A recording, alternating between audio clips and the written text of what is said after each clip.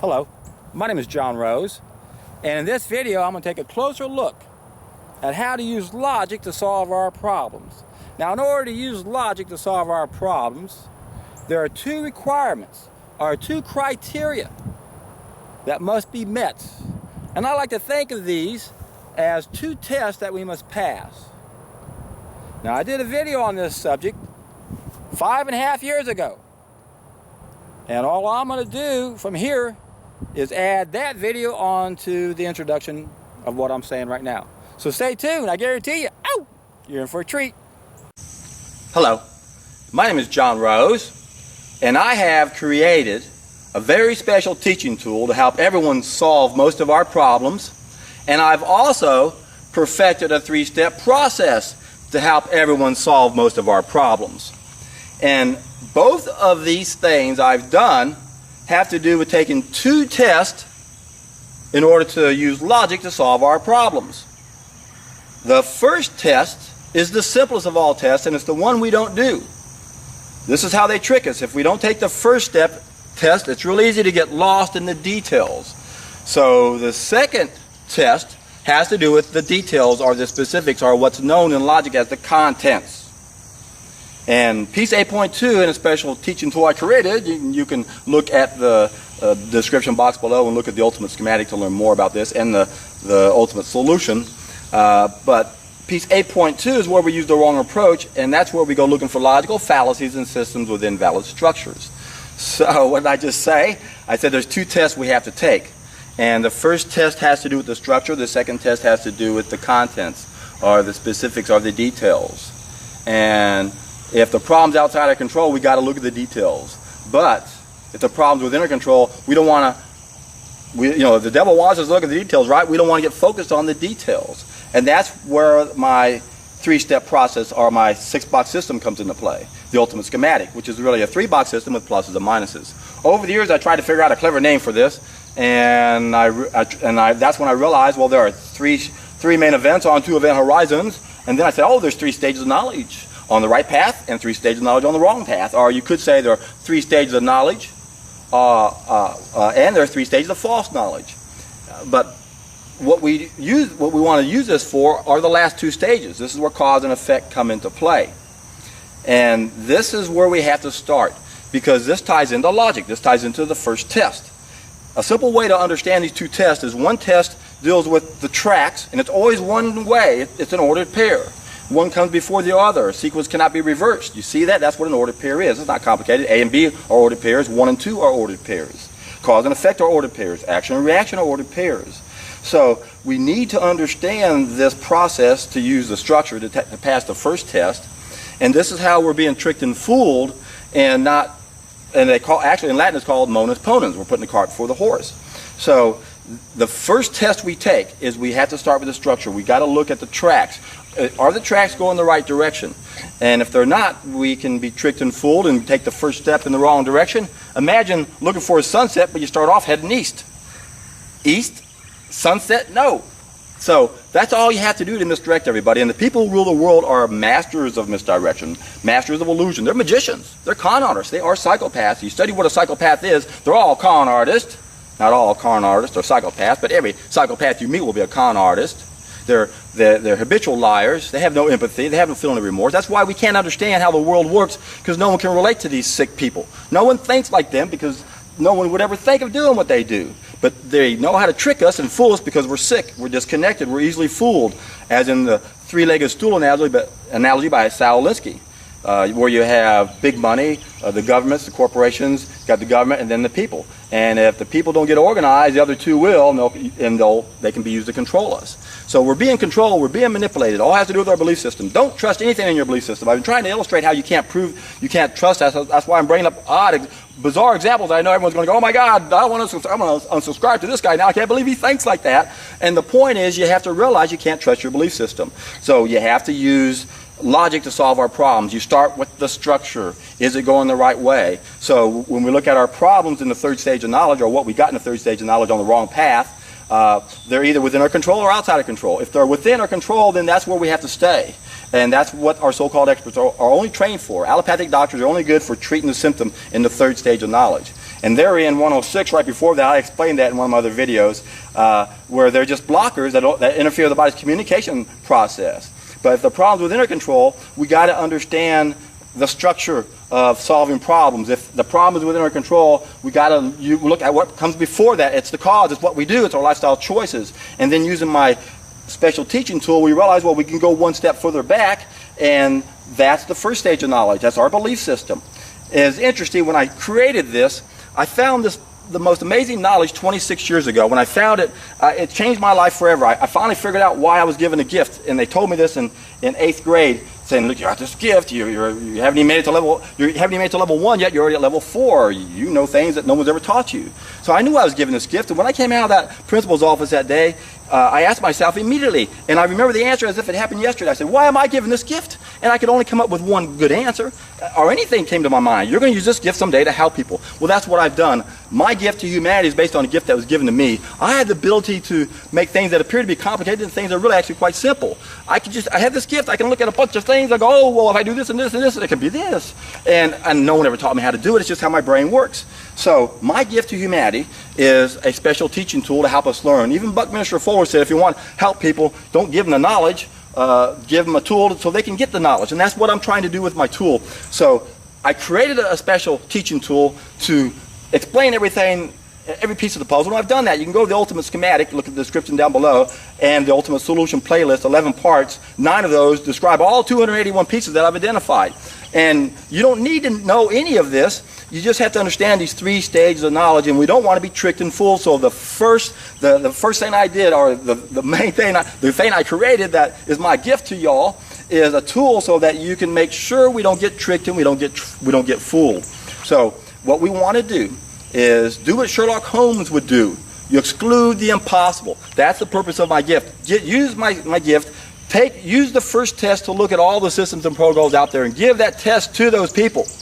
And what you're going to find is, what are they doing? They're dealing with the effect. They're in the 3rd stage of knowledge. Well, if the problem's outside your control, that's where we need to be.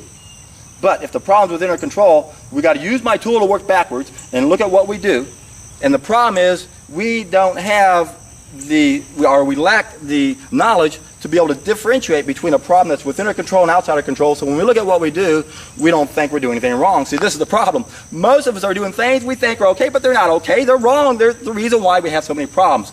But we're addicted to these mistakes. We're in denial about it. It's one of the most difficult messages I've ever had to help people understand, because people literally shut their brain off when they don't want to hear something that they don't want to hear. That's why I initially told my message without even using the word food and diet. So we're making 5 main mistakes. Why did I do that? I'm being vague on purpose to keep people from shutting down their frontal lobe. So as soon as you mention the word food, for a lot of people, they tune out. Now, if I want to be more popular, I'll just focus on certain diets, and then I'll have a following. But I'm not as concerned with those people that already know this. I'm trying to get all those other bozos out there that have no idea. And again, you shut off their brain. So my special teaching tool will, before we even look at the specifics, and that's the key. Piece 8.2, we use the wrong approach whenever we go looking for the logical fallacies in the specifics or in the details or in the contents. Don't start there. So you've got logic, and you've got the train is the tracks, or the structure is the tracks, and then the train is the contents. So you got tracks in a train, we got the structure, and we got the specifics, the contents, the details. And if the problem is within our control, don't get lost in the details. Don't go down that rabbit hole. The devil's in the details. They want you to focus on all these, what I label as 103s, problems that are within our control. But remember, we lack the wisdom to know the difference between a problem that is within our control and a problem that is outside our control. And this is evident everywhere you go. Got cancer, go to your doctor, go to your doctor, go to your doctor. Bullshit, bullshit, bullshit. These people are not experts when it comes to lifestyle problems. And guess what? Most of what we suffer for are lifestyle related. So we change what we do. The problem is there's too much conflicting information. So we start with the structure. We make sure that they're not using an invalid structure. So what we do is we can exclude the impossible, realize, oh my God, every system out there is treating a symptom. So they fail that test. I don't need to look at their contents. You see how simple this makes everything? We just made things extremely simple now, because now we don't have to go looking for a logical fallacy in a system that might not even have one. Oh, I can't find a flaw there. Well, wait a second, they failed the first test, don't you see? So use my special teaching tool to just simply understand the 3 stages of knowledge, and that way you won't get tricked and fooled and get stuck in the 3rd stage when we need to be looking at what we do and what we think. So I've created a three-box system with pluses and minuses, a six-box system, a special teaching tool, the ultimate schematic to prove the structure. And then I perfected a three-step process so that you can prove the specifics or the details or the contents. There's very little I can say to convince enough people that what I'm saying is true, but every one of y'all can prove this to yourself. The problem is, it's difficult to evaluate things as long as we're filthy. Remember the old saying, you don't put new wine in an old container? And it reminds me of a story of Arnold Ehret. When I met this one woman, I told her everything I was doing. I said, I'm doing these juice fasts, I'm documenting all the stuff that come down to me. She goes, wow, you remind me of Arnold Ehret. And she handed me all of his books. And I went home and read every one of them. And I said, I had to go out and get them because I love marking up books and writing marginal notes and referencing and everything. And I couldn't do that with her books. So I went out immediately and got those books. And what Arnold Ehret did is he said that the only people who can truly evaluate a good diet are ones who are pure and clean. So he would do a water fast. And why did he do this? Well, he had Bright's disease. He healed his Bright's disease by doing water fasting and eating mostly fruit. And he died in 1925, so before then, we knew everything was much better grown and taken care of, so it was much more nutritious. But he understood one simple fact, is that you got to be clean to evaluate foods. And what he did is he experimented on himself. And what he would do is he would do a water fast, get clean inside, and said, well, let me try diet A, diet B, diet C. Each different time I would do the fast. And I'll cut on myself, I'll record how much it hurt and how much it bled and how fast it healed. And with diet A, man, it hurt a bunch. It bled a lot, took forever to heal. But guess what happened when he used the diet that healed himself? It hardly hurt at all. It barely bled, and it healed immediately, practically, or right away. So the point of this story is you got to get clean before you can really evaluate the contents. Once again, you start with the structure. Use my tool to make sure you don't get tricked and fooled and believe in allopathic doctors or acupuncture or homeopathic medicine or Ayurvedic medicine or traditional Chinese medicine. They're all in the third stage, but they're doing it because you can't change everything overnight. Some of the things that are doing that we have to realize applies to Peace 35. I've explained that in this other video. You can look down below or I'll add a link here you can click to where I explain what that's all about. But otherwise, these systems are not the solution. We have to realize that if these problems are self-inflicted, then we've got to change what we're doing. So you got to get clean first. That's number one. And the problem with water fasting nowadays is it's not as safe as it used to be, and I'll explain all that in this video. Click here and you can go to that video. But the main thing is just too many environmental toxins. It's not as safe for most of us. It used to be the best preparation for a better way of life. Now we have to prepare for it. So the best thing to do is modify what used to be the best preparation. And that's the first of my three-step process. Look down below and look for the first step and go to that link, and that will be a seminar I gave explaining how to do the first of this three-step process. There's really only one thing we have to do. We have to satisfy two groups of needs, but most of us are not willing and able to do that, which is why I added two preliminary steps, thereby perfecting this three-step process that I'm telling you about. The first step addresses the willingness issue, but most importantly, it prepares the body so that you can then find out what is the right food. When you go back, when you do a long, extended, properly conducted, solid food vacation, where we drink nothing but a gallon or two of juices, depending upon what condition you have, those vary somewhat. But the thing is when you do that for the appropriate length of time, you'll finally then be in a position to reset your feedback system. And you'll go back and eat some foods and you'll go, my God, what was I thinking? Of course, now some foods are designed to make you addicted, and you'll go, oh boy, yeah, I remember this, and you're going to be addicted. So you got to be careful. But the point is when you do go back to eating the food we're meant to eat, food tastes so good, your taste buds quiver. In fact, when I eat now, about half the time that I eat, my taste buds just start quivering. It's like, whoa, that's so intense. I love it. I used to have a short-term relationship with the food I used to eat, and that's all I had.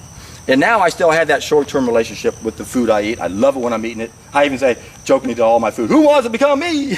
Which mango is it out there? You. Yeah, you look like the one that's ready for me. But the thing is we are what we eat. So if you don't choose the right food, what's going to happen? It's your body's going to let you know right away. And And if you do, but when you choose the right food, what happens is you develop a long-term relationship with your food. So yeah, I have a short-term relationship with my food. I really like it when I'm eating it. But now, the moment I'm eating it, I realize, man, I asked which one wanted to be me, and now I feel like you're part of me. And now I know you're the reason why when I wake up, I just jump out of bed. I'm so excited. I tell you, man, I can't wait to get out there and find someone who's receptive to this information. And yes, I know a lot of people aren't. And this is one reason why I always go back and do that first step every so often, so I can be reminded how much fun it is. There's nothing feels better than having a completely empty food tube. You finally realize what it's like not to have what Victor Hugo called a serpent that lives within us, because it's shaped like the colon. And if it's bad crap, it's going to seep back into the body, and it's going to affect us in ways you can't understand until you get rid of it. In fact, when I got rid of a 20-pound cesspool I literally crawled out of a rut I didn't even know I was in. And I was at a time in my life where I didn't think I could take my life better. Physically, I was putting in 7-8 hours a day. I felt like I could run and jump over that 8-foot fence over there. I felt that strong because I worked out so much. But that was nothing, because when I got rid of that 20-pound cesspool, when I bumped up my biophotons and I felt connected to everything around me, everything in my life changed. Physically, mentally, emotionally, communally. I felt the connection to everything. And I realized, God, if everyone could feel this good, what would happen to this planet? I know what would happen. No one would join the Progerian class and allow the system to continue the way it is. We couldn't be controlled. Saul Alinsky's three-legged stool analogy, there's only one way for us to get organized. It ain't going to be done mentally. We've got the wrong mentality, and there's only one way to change our mentality. We got to get reconnected, which is what the first of my 3-step process does. So if you haven't done this yet, what are you waiting for? Come on, man. Take 1 week out of your life. Come on, I challenge you. 1 week out of your life to at least have the light bulb go off over your head, and I guarantee you it will. I've coached thousands of people, and everyone's blown away at the fact that nothing's going in, but things are coming out. And you want to go the distance. It took me 2 years to figure that one out. And when you do go the distance, you'll have an aha moment, especially if you have a lot of health problems, because most, if not every one of them, are going to go away. Now, remember, there's 2 groups of needs we have to satisfy. The first step addresses the first group of needs. But when properly done, it also addresses the second group of needs, because we have to realize that plays a role. But the point here is, after we do the first step, we still might not be where we need to be because we have damaged our body. This is where that second group of needs comes into play. See, we've made mistakes, and that's damaged ourselves and society and the environment. That's why we got to do damage control. The society's screwed up. Look what we got. Someone else owns our airways? Why can our airways be bought by corporations to brainwash us? The airways belong to every one of us. All of these resources belong to all of us. We have rights. We should not be given privileges and laws, and that's a whole nother video series I could start if I get around to doing it. And we need to understand that we should all file a class action lawsuit. Virtually every contract we've entered is designed to take away our control. Again, most of us have no idea how many false beliefs we have. That's why I say, question everything. Don't believe anything I say, but you can test it. Try this out for yourself. And again, 1 week is all I'm asking. It's a challenge. I challenge you, if you haven't done this yet, 1 week, if you don't want to invest in a juicer, do the Stanley Burroughs Master Cleanser, the lemonade fast, where you drink 9 to 12 glasses of lemonade drink using 2 tablespoons of lemon juice or lime juice, 2 tablespoons, the original recipe called for gray bee maple syrup. Burroughs said if you have diabetes, use blackstrap molasses. I started using agave nectar raw when it first came out because it was good quality. Now it's somewhat questionable, but I work with people with type 2 diabetes, and day 1 on this program using the raw agave nectar, they got off their medication immediately because it relieves the pressure in the lymph system. So you could do this for 1 week. It's not going to be as exciting because all you're doing is drinking the same thing, but it's very tasty. You got these 2 tablespoons of something really sweet and sour. Then you add something hot to it. 1/10 of a teaspoon of cayenne pepper, which is like a dash. First one, just put a pinch in there. You don't want to be overwhelmed by it. And then if it's not that hot, you put several dashes into it. And then you add 10 ounces of medium warm water. And it's important that the water is warm but not boiling. You don't want to just destroy and go above the 118 mark or so and destroy the lemon juice and lime juice. But you do want to make cayenne pepper tea out of it, so to speak, and you want to drink it warm ideally also. Do that for a week. I see people all the time in the store, and they do it periodically because they see all this crap coming out of them. They lose a lot of weight. They feel better, look better, even though they're not getting everything they need because it's a very limited form of fasting. I find that most of these people I meet usually only go 10 days, and I go, oh my God, you have no idea. I've documented everything I've done, and I didn't start seeing really old stuff come out of me until day 11. Day 10 or day 11 is right when I saw it. Remember, I've documented everything I did when I did this. This is why I'm so passionate. I don't have to rely on my memory. I can go back and look at any day and go, oh my God, I got 14 ounces out of me that day. And look, I tried to draw pictures of it. Didn't have a camera back then. So I'm telling you, you're in for a treat. Do the lemonade drink, fast for 1 week. And you know, when I see these people, I always tell them, you know, you don't have to be limited to that lemonade drink. I can understand why you'd want to stop after 10 days because you're only drinking one thing. If you've got the right attitude, it's a piece of cake. But still, you're only drinking one thing. But there's no reason why you can't do half lemonade and half juices. But then if you go that direction, you're not getting everything you need, and that's where you got to supplement. It's much better to do nothing but freshly made juices. And I explain all that in my seminar. So look down below where I have the first of my 3-step process, the seminar I gave, and you can do the first step. To give you a quick summary of what I've just gone over, there's 2 tests that we have to take. The first test, I've given you a tool to take it. The second test, I've given you a protocol you can try for yourself. Do the first of my 3-step process so you can prove the specifics, get a clean body, and then look at the 5 main mistakes we made and determine if any of them are really not a mistake. See, most of us are not in a position to evaluate these 5 mistakes. A lot of us are going to say, oh, the second one's not a mistake, oh, the third one's not a mistake. You know, we're going to really cling to those. First one, oh, don't tell me that, that's poppycock, that's what made us so great. That's what's poppycock. You see, this message threatens the powers that be more than anything else. That's why you see all these negative reviews on it. That's why you see it being attacked. That's why you see internet shills everywhere, influencing the useful idiots to keep this message from gaining any momentum. And then they throw people in there, they're going to shoot inside the tent. You know, if 2 people are in the same canoe fight, the canoe tips over. So there shouldn't be any infighting amongst us. And yet I recognize this, and I even gave it piece number 12. There's a lack of continuity in our movement. And what I find interesting is it's just as difficult to get a vegetarian to go raw vegan as it is to get a meat eater to go vegetarian. And yet, the vegetarians are many times sicker than the standard population because they're eating too much processed foods. And their omega-6, omega-3 ratio is way off. You don't have that problem with the raw vegan diet unless you overdo nuts. And you can actually compensate by that by adding some flax seeds to balance out the 3 and 6, but the best solution is to be aware that we don't need a whole lot of fat. If you're as active as I am, I don't mind bumping up the fat a little bit because I'm going to have the base of a lot of micronutrients just to refill my fuel tank. But when I have an active day and I need a lot of calories, I don't always keep it all low fat. I don't see any problem, and I've been watching everything that's going in and going out, and it can be a problem. Even too many avocados can be a problem, because they go through sticky and they can clog things up.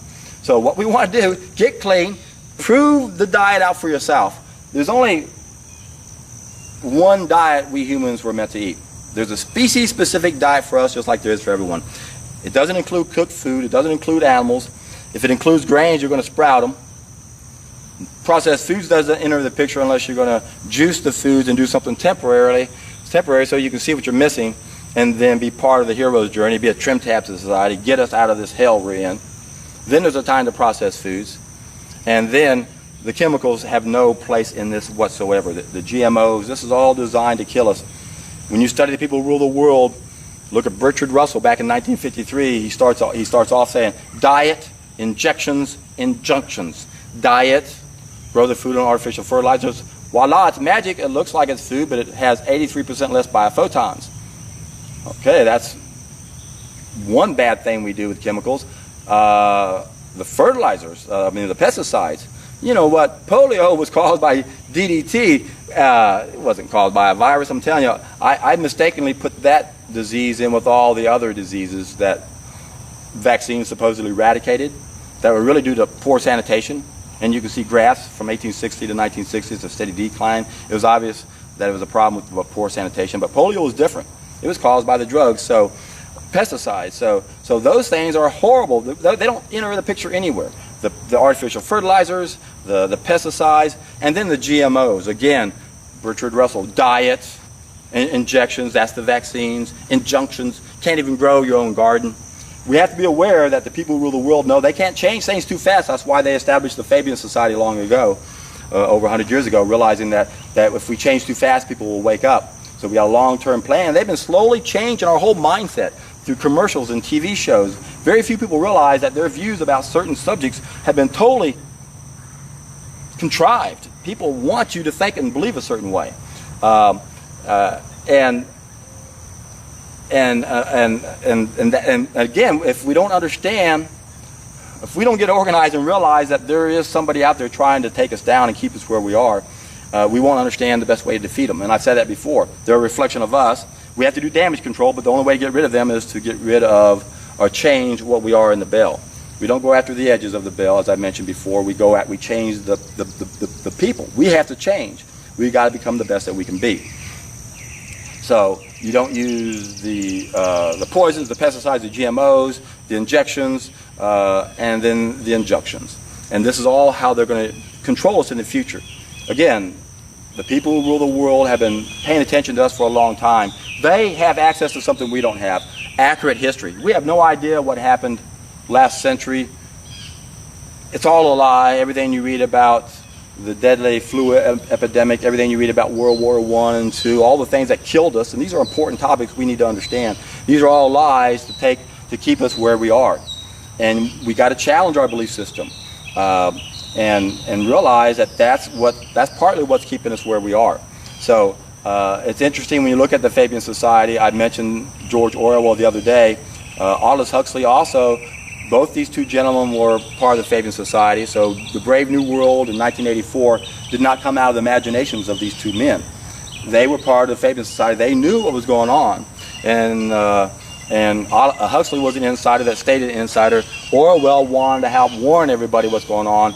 They killed him the same year to set an example, saying, "We'll let you write that book. We're not afraid of what these idiots out there do, because they're never going to figure it out. But as an example, everyone else will kill you, and they'll know not to follow up on what you did." So we have to take responsibility. We have to question all of our beliefs that take away our responsibility. You can use my special teaching tool and look at the structure and realize, my God, we're putting the cart before the horse. We don't want to do that. The content's too confusing. There's more confusion on this subject than there is on anything else. I even did a video, Are You Confused? Look down below in the description box if you want to watch that. So what do? You do what Aristotle would say. Believe only your own experience. There's no fact like a fact learned from your own life. But first, you don't want to put new wine in an old container. You got to clean out your system, prepare it so you can then understand what is the ideal diet. And that will take you to the first of my three-step process. And I've coached too many people. I've done it myself too many times. And I know one thing for sure. When you do this, you are in for a treat.